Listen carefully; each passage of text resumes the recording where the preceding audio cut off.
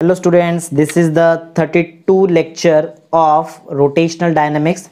In this lecture we are going to start with the new topic which is torque acting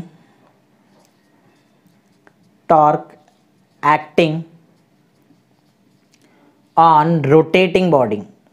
Torque acting on rotating body.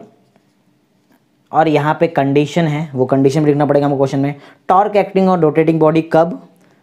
जब वो constant angular acceleration से move हो रहा है तो with body with torque acting on rotating body with constant angular acceleration, constant angular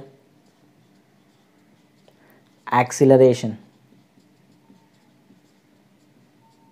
ठीक है, तो ये है हमारा आज का topic, torque acting on rotating body with the constant angular acceleration. Simple सा डेरिवेशन है, जैसे हमने 31 वाले लेक्चर में किया था, सेम वैसा ही डेरिवेशन है।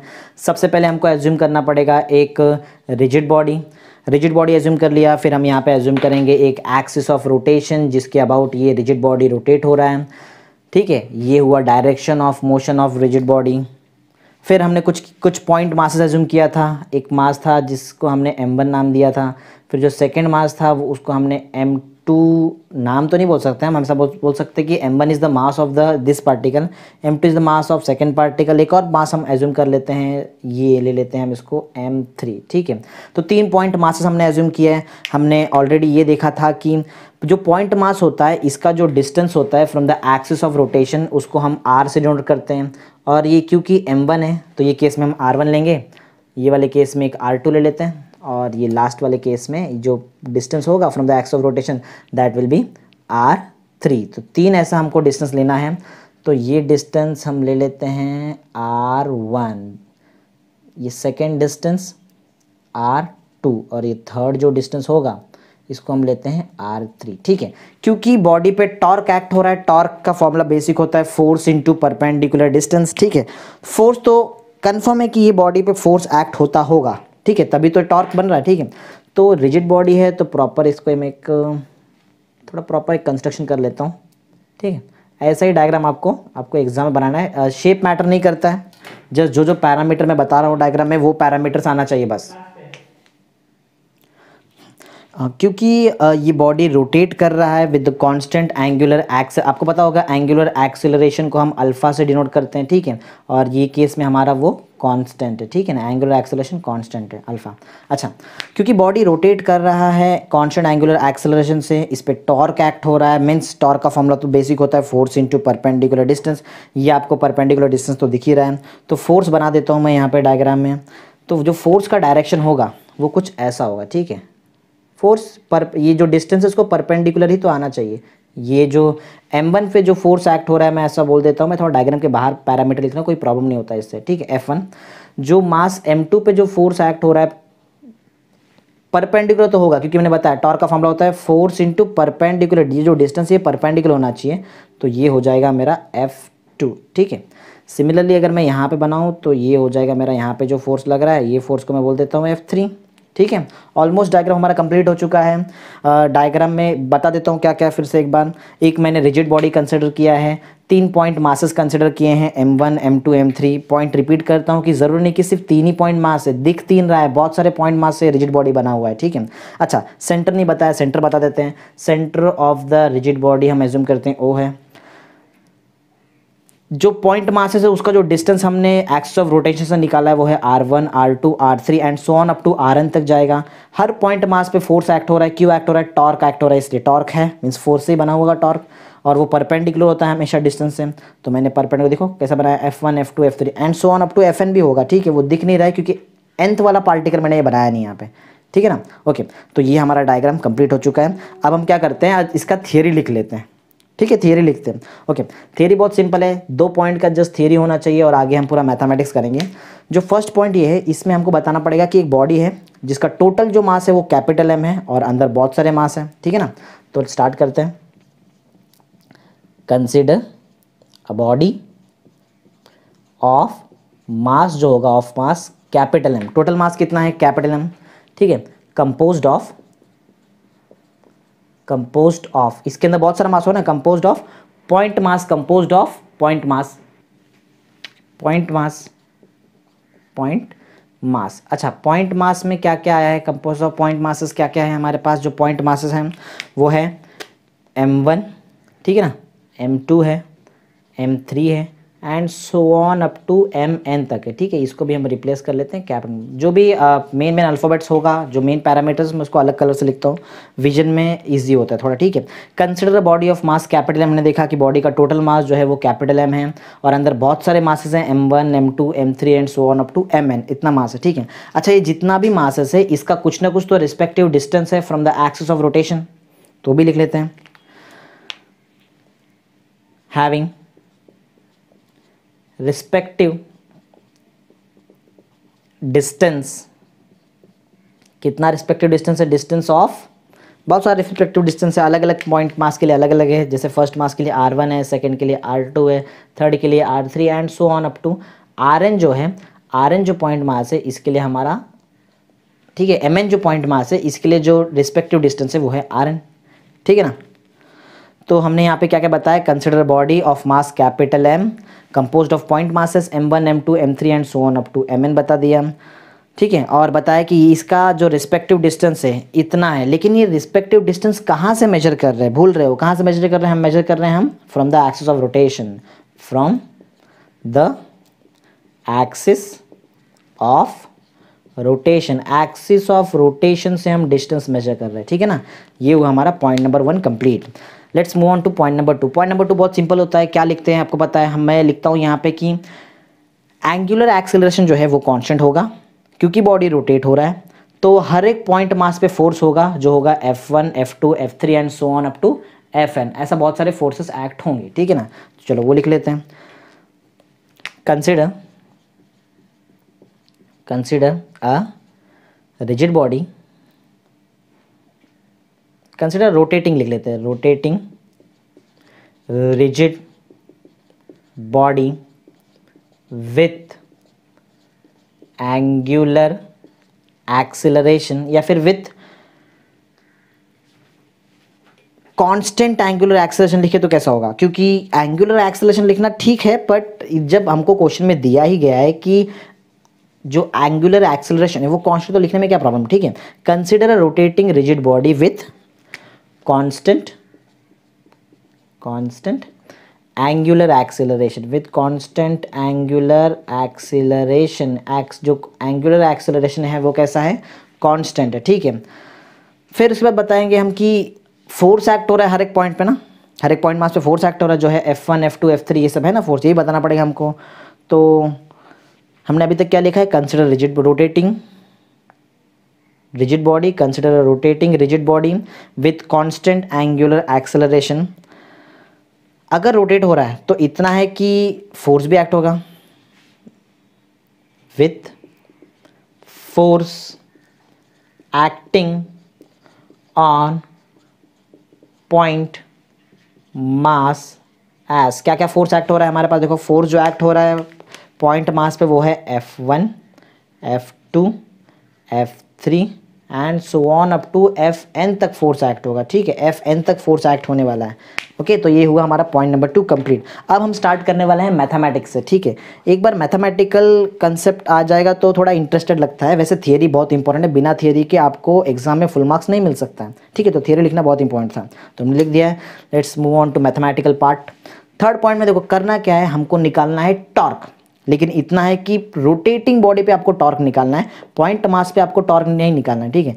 लेकिन अगर फुल रिजिड बॉडी का आपको टॉर्क निकालना है तो इंडिविजुअल निकालना पड़ेगा, और सबको लास्ट में प्लस कर लो, आपको मिल जाएगा टोटल रिजिड बॉडी का टॉर्क, ठीक है। तो मेरा पहला स्टार्ट तो ऐसा रहेगा कि मैं क्या करूँगा, मैं निकालूंगा torque acting on point masses, ठीक है। और उसको लीनियर पैरामीटर से एंगुलर पैर, जब तक अल्फा नहीं आता है तब तक मैं उसको सॉल्व करूंगा, ठीक है। एक बार अल्फा आ जाए फिर मैं सारे टॉर्क, सारे इंडिविजुअल टॉर्क को प्लस कर लूंगा, and I will get the total torque on the total torque acting on this rigid body, ठीक है ना। आपको मेरा विजन एकदम क्लियर होगा कि मैं कैसे सॉल्व करने वाला हूँ। मैं स्टार्ट करूंगा torque acting on point masses से, ठीक है, और कब तक सॉल्व करूंगा, जब तक मुझे अल्फा नहीं मिलता, एंगुलर पैरामीटर जब तक नहीं मिलता तब तक मैं सॉल्व करूंगा। एक बार एंगुलर पैरामीटर रेडी है मेरे पास, मैं सारे टॉर्क जितने भी है सबको प्लस कर लूंगा and I will get the total torque acting on the rotating body, ठीक है ना। So let's start.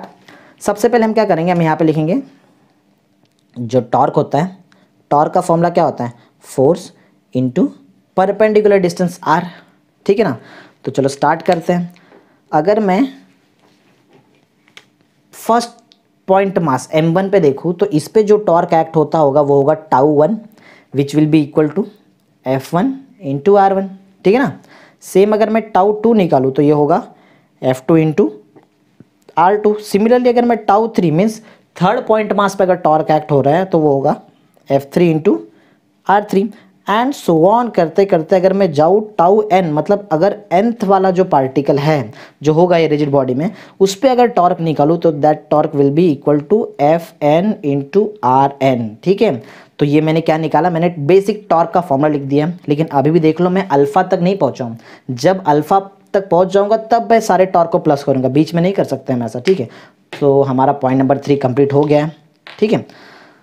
अब मूव होते हैं हम पॉइंट नंबर 4 पे। Let's move on two point number 4। Point number 4 क्या है, सिंपल सा है, कैसे भी घुमा फिरा के आप अल्फ़ा लेके आओ, बस यही है, अल्फ़ा आ जाए प्लस कर लो।